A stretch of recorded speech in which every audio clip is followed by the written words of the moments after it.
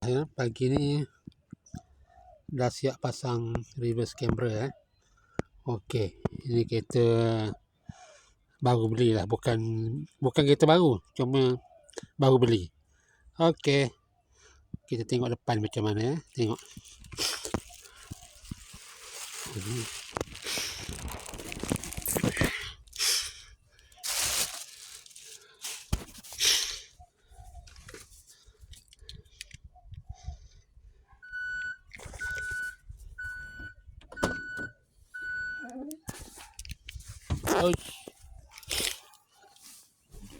Okey.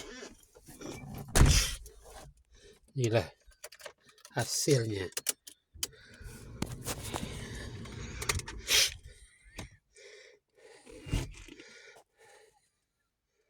Ya. Okey ya. Alhamdulillah. So the next project is saya nak buat satu switch ya, satu switch di mana walaupun reverse camera tak ataupun gear tidak dimasukkan reverse, tapi kita boleh buat satu switch untuk melihat keadaan di belakang ya. Saya akan pasang satu switch kat sini lah, tepi ni mungkin, tengok pada kesesuaian macam mana.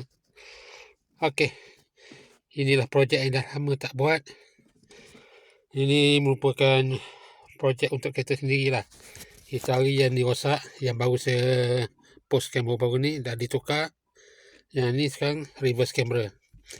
Okey, kalau dah siap je, ni dah dia. Okey, thank you.